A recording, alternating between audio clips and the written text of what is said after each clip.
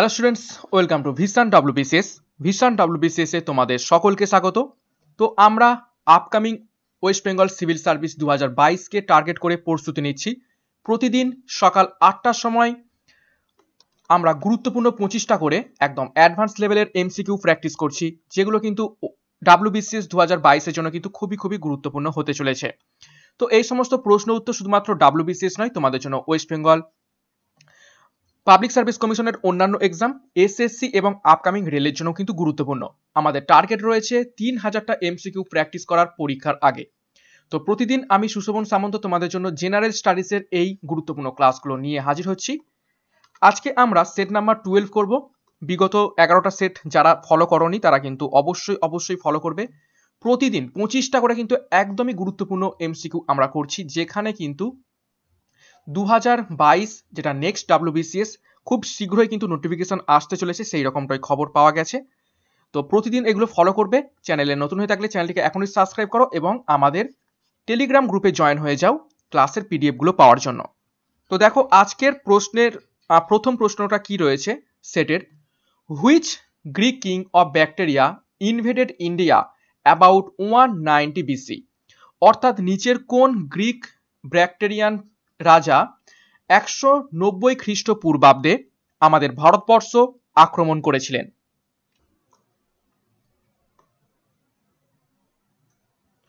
তো 1 নম্বর প্রশ্নের সঠিক উত্তর হয়ে যাবে দেখো অপশন এ ডেমেট্রিয়াস। ডেমেট্রিয়াস 190 খ্রিস্টপূর্বাব্দে ভারতবর্ষ আক্রমণ করেছিলেন এবং আলেকজান্ডার আক্রমণ করেছিলেন 326 খ্রিস্টপূর্বাব্দে এবং সেলুকাস নিকটার আক্রমণ করেছিলেন 305 খ্রিস্টপূর্বাব্দে। নেক্সট দেখো 2 নম্বর প্রশ্ন ইতিহাসের মধ্য থেকে, according to some Jain traditions who was son in law and first disciple of Tirthankara Mahavira. অর্থাৎ কিছু জৈন যে ট্র্যাডিশন রয়েছে বা বুকস রয়েছে, সেই বুক থেকে জানতে পারা যায় যে তীর্থঙ্কর মহাবীরের জামাতা এবং প্রথম শিষ্য কে ছিলেন। খুবই গুরুত্বপূর্ণ প্রশ্ন, প্রত্যেকে সঠিক উত্তর কোনটা হবে কমেন্ট বক্সে কমেন্ট করার চেষ্টা করবে। তো 2 নম্বর প্রশ্নের কোনটা সঠিক উত্তর হবে? সঠিক উত্তর হয়ে যাবে অপশন এ জামালি। জামালি ছিলেন মহাবীরের প্রথম শিষ্য এবং সন ইন ল বা জামাতা। নেক্সট দেখো 3 নম্বর প্রশ্ন, Mohammad bin Qasim who was the first Muslim to have successfully invaded Sindh in 720 AD was commander of which caliphate. অর্থাৎ মোহাম্মদ বিন কাসিম যিনি ছিলেন ভারতবর্ষে প্রথম আক্রমণকারী মুসলিম, যিনি সাকসেসফুল হয়েছিলেন আক্রমণ করতে 712 খ্রিস্টাব্দে, তিনি নিচের কোন খলিফার কমান্ডার ছিলেন? খুবই গুরুত্বপূর্ণ প্রশ্ন, ভিভিআই প্রশ্ন ডব্লিউবিসিএস এর জন্য। তো সঠিক উত্তর কোনটা হবে? 3 নম্বর প্রশ্নের সঠিক উত্তর হয়ে যাবে দেখো অপশন বি উমায়েদ খালিফেট। উমায়েদ খালিফেট ছিলেন, উমায়েদ খালিফেটের ছিলেন কমান্ডার এই মোহাম্মদ বিন কাসিম। দেখো 4 নম্বর প্রশ্ন, which among the following Mughal painters is credited for painting Siberian crane and dodo for first time. খুবই গুরুত্বপূর্ণ প্রশ্ন এটি, আর্ট অ্যান্ড কালচার থেকে ইতিহাসের। বলছে নিচের মুঘল পেন্টিং এর মধ্য থেকে বা পেন্টার্সদের মধ্য থেকে নিচের কোন জনকে বলা হয় প্রথম সাইবেরিয়ান ক্রেন এবং ডোডো নামক একটি পাখি এঁকেছিলেন? 4 নম্বর প্রশ্ন কোনটা সঠিক উত্তর হবে? এটা কিন্তু মেনের প্রশ্ন, ডব্লিউবিসিএস মেনের প্রশ্ন। তো সঠিক উত্তর হবে অপশন ডি উস্তাদ মনসুর। উস্তাদ মনসুর এই সাইবেরিয়ান ক্রেন এবং ডোডো পাখি এঁকেছিলেন। উস্তাদ মনসুর কার সময়কার ছিলেন? জাহাঙ্গীরের সময়কার ছিলেন এবং জাহাঙ্গীর নিজেও কিন্তু একজন বিখ্যাত পেন্টার ছিলেন। 5 নম্বর প্রশ্ন দেখো, which of the following rulers build the Gujri Mahal in Hisar Haryana.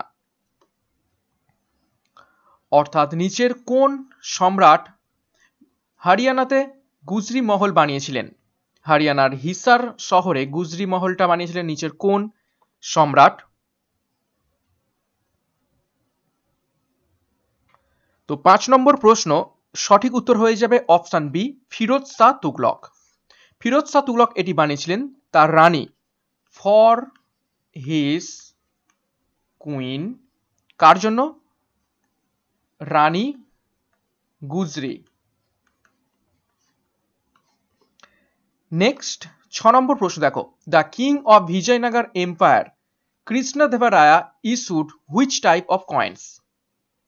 অর্থাৎ বিজয়নগর কিংডমে বা বিজয়নগর এম্পায়ারে রাজা কৃষ্ণদেবরায়া নিচের কোন ধরনের কয়েন চালু করেছিলেন বা কোন নামে তিনি কয়েনটা চালু করেছিলেন? প্রত্যেকে কমেন্ট বক্সে কমেন্ট করবে। তো 6 নম্বর প্রশ্নের সঠিক উত্তর হয়ে যাবে option B, both A and B. অর্থাৎ বালাকৃষ্ণ নামক একটি কয়েন চালু করেছিলেন এবং অপশন বিতে দেখো ভেঙ্কাটাসেয়া নামক এই দুটো কয়েন তিনি চালু করেছিলেন। 7 নম্বর প্রশ্ন, who was the first person to introduce jizya tax on non Muslim in India. অর্থাৎ নিচের সম্রাটের মধ্য থেকে কোন সম্রাট ভারতবর্ষে প্রথম জিজিয়া ট্যাক্সটা ইন্ট্রোডিউস করেছিলেন নন মুসলিমদের ওপর? ভিভিআই প্রশ্ন এটি। প্রত্যেকে সঠিক উত্তর কোনটা হবে কমেন্ট বক্সে কমেন্ট করো।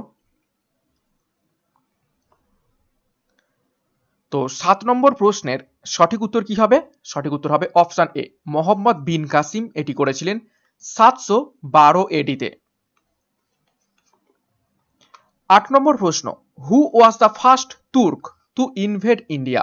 অর্থাৎ নিচের কোনজন ছিলেন প্রথম তুর্কি যিনি ভারতবর্ষ আক্রমণ করেছিলেন? খুবই গুরুত্বপূর্ণ প্রশ্ন, একদম মেন লেভেলের কিন্তু এটা প্রশ্নটা, এবং তোমাদের প্রিলিমিনারির জন্য কিন্তু বছরের জন্য গুরুত্বপূর্ণ। তো 8 নম্বর প্রশ্নের সঠিক উত্তর হয়ে যাবে অপশন বি, সুবুক্তিগিন। সুবুক্তিগিন ছিলেন প্রথম তুর্কি যিনি আমাদের ভারতবর্ষ আক্রমণ করেছিলেন। তিনি 980 এডিতে ভারতবর্ষ আক্রমণ করছেন। নেক্সট দেখো 9 নম্বর প্রশ্ন, the Meerut outbreak was sudden and short lived like a summer gale. This statement with reference to 1857 mutiny was made by which historian? অর্থাৎ Meerut outbreak was sudden and short lived like a summer গেল, এই মন্তব্যটা 1857 সালের মহাবিদ্রোহকে উল্লেখ করে এই মন্তব্যটা কোন হিস্টোরিয়ান করেছিলেন? খুবই গুরুত্বপূর্ণ প্রশ্ন। তো 9 নম্বর প্রশ্নের সঠিক উত্তর হয়ে যাবে অপশন এ, এসএন সেন করেছিলেন। নেক্সট দেখো আরো একটি গুরুত্বপূর্ণ ইতিহাসের মধ্য থেকে প্রশ্ন, দ্য ফাউন্ডার অফ সত্য সাধক সমাজ ওয়াজ। অর্থাৎ সত্য সাধক সমাজের প্রতিষ্ঠাতা কে ছিলেন? এটা কিন্তু বিগত বছরের WBCS এর প্রশ্ন। প্রত্যেকে কমেন্ট বক্সে কমেন্ট করবে কোনটা সঠিক উত্তর হবে। সত্য সাধক সমাজ কে প্রতিষ্ঠা করেছিলেন এবং কত সালে প্রতিষ্ঠা করেছিলেন সেটাও তোমরা কমেন্ট বক্সে কমেন্ট করো। তো 10 নম্বর প্রশ্নের সঠিক উত্তর হয়ে যাবে দেখো অপশন ডি, জ্যোতিবা ফুলে এটি প্রতিষ্ঠা করেছিলেন এবং কত সালে? 1873 সালে মহারাষ্ট্রতে। নেক্সট দেখো আমরা জিওগ্রাফির মধ্যে ঢুকে পড়লাম। এবার 10টা প্রশ্ন আজকে হিস্ট্রি থেকে করেছি। 11 নম্বর প্রশ্ন জিওগ্রাফি দেখো, Cooch Behar in West Bengal is famous for which among the following industries. অর্থাৎ পশ্চিমবঙ্গের কোচবিহার জেলাটা নিচের কোন শিল্পের জন্য খুবই গুরুত্বপূর্ণ? ভিভিআই প্রশ্ন এটি। WBCS এ আমাদের নিজেদের রাজ্য থেকে কিন্তু কিছু গুরুত্বপূর্ণ তথ্য জিজ্ঞাসা করা হয়, সেটা গভর্নমেন্ট স্কিম হোক, বিভিন্ন জেলার শিল্প হোক, বিভিন্ন জেলার নৃত্য হোক। তো প্রশ্ন নাম্বার 11 সঠিক উত্তর হয়ে যাবে কোনটা? Option B, silk industry. কোচবিহারে সিল্ক ইন্ডাস্ট্রি কিন্তু খুবই বিখ্যাত। 12 নম্বর প্রশ্ন, at which among the following places India's first steel factory was established. অর্থাৎ নিচের কোন জায়গাটাতে আমাদের পশ্চিমবঙ্গে অবস্থিত জায়গাগুলি, তো পশ্চিমবঙ্গের কোন জায়গাতে ভারতবর্ষের প্রথম স্টিল ফ্যাক্টরি প্রতিষ্ঠিত হয়েছিল? প্রত্যেকে কমেন্ট বক্সে কমেন্ট করবে কোনটা সঠিক উত্তর হবে।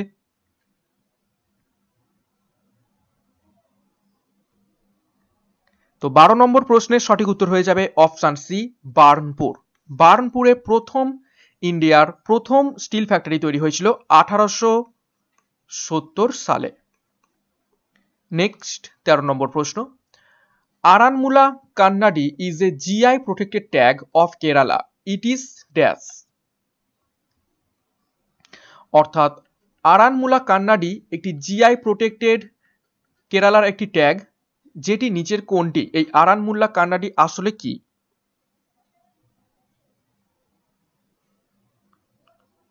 তো প্রশ্ন নাম্বার 13 সঠিক উত্তর হয়ে যাবে অপশন বি, একটি হ্যান্ডক্রাফটেড মিরর। তোমরা আয়নাও বলতে পারো, একটি হ্যান্ডক্রাফটেড মিরর। 14 নম্বর প্রশ্ন দেখো, who among the following was the constitutional adviser to constituent assembly? আমরা পলিটির মধ্যে ঢুকে পড়লাম। খুবই গুরুত্বপূর্ণ প্রশ্ন, ভিভিআই প্রশ্ন, বহুবার প্রশ্নটা পরীক্ষা এসেছে। সঠিক উত্তর কোনটা হবে?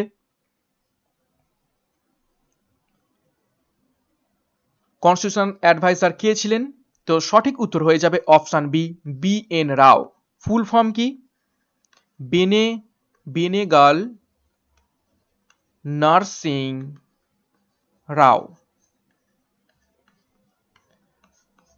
নেক্সট প্রশ্ন number 15, which of the following parts or provisions of Indian constitution can not be amended? অর্থাৎ নিচের কোন পার্টটাকে, আমাদের ভারতীয় সংবিধানের কোন পার্টটাকে একদমই অ্যামেন্ডেড অর্থাৎ সংশোধন করা যাবে না? খুবই গুরুত্বপূর্ণ প্রশ্ন পলিটির মধ্য থেকে। তো 15 নম্বর প্রশ্নের সঠিক উত্তর হয়ে যাবে option D, judicial review. Judicial রিভিউটাকে একদমই অ্যামেন্ডেড বা সংশোধন করা যাবে না। বাদ বাকি প্রিঅ্যাম্বল অফ কনস্টিটিউশন প্রস্তাবনাকে করা যাবে, ডিপিএসপি কে করা যাবে এবং ফান্ডামেন্টাল রাইটসকেও কিন্তু সংশোধন করা যাবে। 16 নম্বর প্রশ্ন দেখো, chairman and the member of state public service commission give his resignation to whom? অর্থাৎ রাজ্যর যে পাবলিক সার্ভিস কমিশনের চেয়ারম্যান এবং মেম্বাররা রয়েছেন তাদের যে রেজিগনেশন অর্থাৎ পদত্যাগপত্র নিচের কোন ব্যক্তির কাছে প্রেরণ করবেন? খুবই গুরুত্বপূর্ণ প্রশ্ন, এটি ভিভিআই প্রশ্ন। তো 16 নম্বর প্রশ্নের সঠিক উত্তর হয়ে যাবে দেখো অপশন এ, প্রেসিডেন্ট।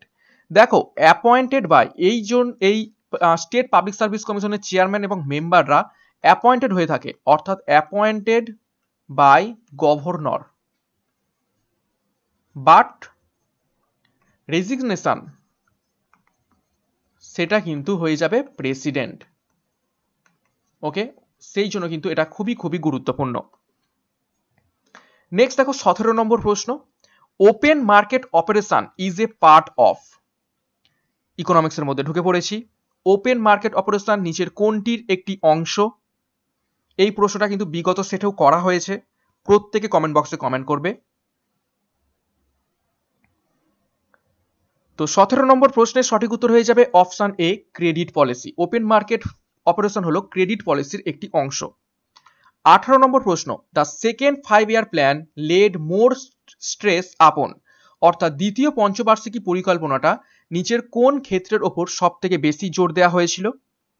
প্রত্যেকে কমেন্ট বক্সে কমেন্ট করো কোনটা সঠিক উত্তর হবে। ভিভিআই প্রশ্ন, বহুবার প্রশ্নটা পরীক্ষা এসেছে এবং এটা বিগত বছরের ডাব্লিউবিসিএস এরই প্রশ্ন। তো 18 নম্বর প্রশ্নের সঠিক উত্তর হবে অপশন এ, ইন্ডাস্ট্রিয়ালাইজেশন। শিল্পের ওপর, ভারী শিল্পের ওপর জোর দেওয়া হয়েছিল। সময়কাল ছিল 1956 থেকে 1961 পর্যন্ত সেকেন্ড 5-year প্ল্যানের যে মেয়াদটা ছিল। নেক্সট দেখো 19 নম্বর প্রশ্ন, in which of the 5-year plan the weaker section of society got priority? অর্থাৎ নিচের কোন পঞ্চবার্ষিকী পরিকল্পনাতে উইকার সেকশন অর্থাৎ গরিব সম্প্রদায়ের মানুষদের এখানে গুরুত্ব দেওয়া হয়েছিল? প্রত্যেকে কমেন্ট বক্সে কমেন্ট করবে। তো 19 নম্বর প্রশ্নের কোনটা সঠিক উত্তর হবে? সঠিক উত্তর হয়ে যাবে অপশন এ, ফিফথ। এবং এটা একটা গুরুত্বপূর্ণ স্লোগান ছিল গরিবি হাটাও, গরিবি হাটাও। এই স্লোগানটা এখানে কিন্তু মূল লক্ষ্য ছিল। নেক্সট 20 নম্বর প্রশ্ন এবং আমরা সায়েন্সের মধ্যে ঢুকে পড়লাম। Which among the following is the most important role played by ribosome in sales?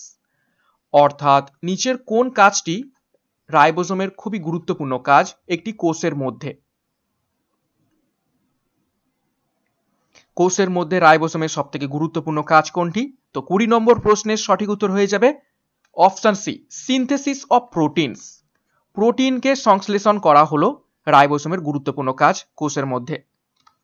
21 নম্বর প্রশ্ন দেখো, which among the following hormone can be used as drug to treat cardiac arrest and some other cardiac problems.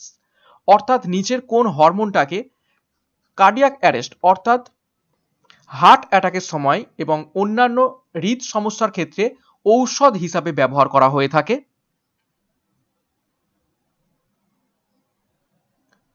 তো 21 নম্বর প্রশ্নের সঠিক উত্তর হয়ে যাবে দেখো option B, epinephrine. Epinephrine এই হরমোনটাকে ব্যবহার করা হয়ে থাকে। এটা এক ধরনের অ্যাড্রিনালিন, ঠিক আছে, এটা এক ধরনের অ্যাড্রিনালিন হরমোনের একটি অংশ। নেক্সট 22 নম্বর প্রশ্ন দেখো, the easily noticed smell of LPG gas is because of which among the following. VVI প্রশ্ন, ভেরি ভেরি ইম্পর্টেন্ট প্রশ্ন, এটা স্টার মার্ক করে রাখো পরীক্ষার জন্য। অর্থাৎ এলপিজির গ্যাস লিক হলেই আমরা কিন্তু সেটা গন্ধের মাধ্যমে বুঝতে পারি যে গ্যাস লিক হচ্ছে। তো এলপিজি গ্যাসের মধ্যে কোন জিনিসটা বা কোন উপাদানটা মিশ্রিত থাকার ফলে আমরা এটা বুঝতে পেরে থাকি?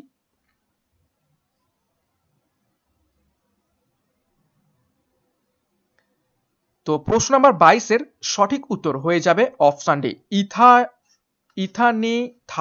ইথানিথায়ল বা থায়ো অ্যালকোহল মেশানো থাকে। থায়ো অ্যালকোহল এটা হলো একটা সালফার ঘটিত যৌগ বা মৌল, যার গন্ধ আমরা শুঁকে বুঝতে পারি এলপিজি গ্যাস লিক হচ্ছে। 23 নম্বর প্রশ্ন দেখো, which of the following chemicals is known as Chinese snow. নিচের কোন রাসায়নিক উপাদানটা চাইনিজ স্নো নামে পরিচিত? খুবই গুরুত্বপূর্ণ প্রশ্ন, কমেন্ট বক্সে কমেন্ট করবে।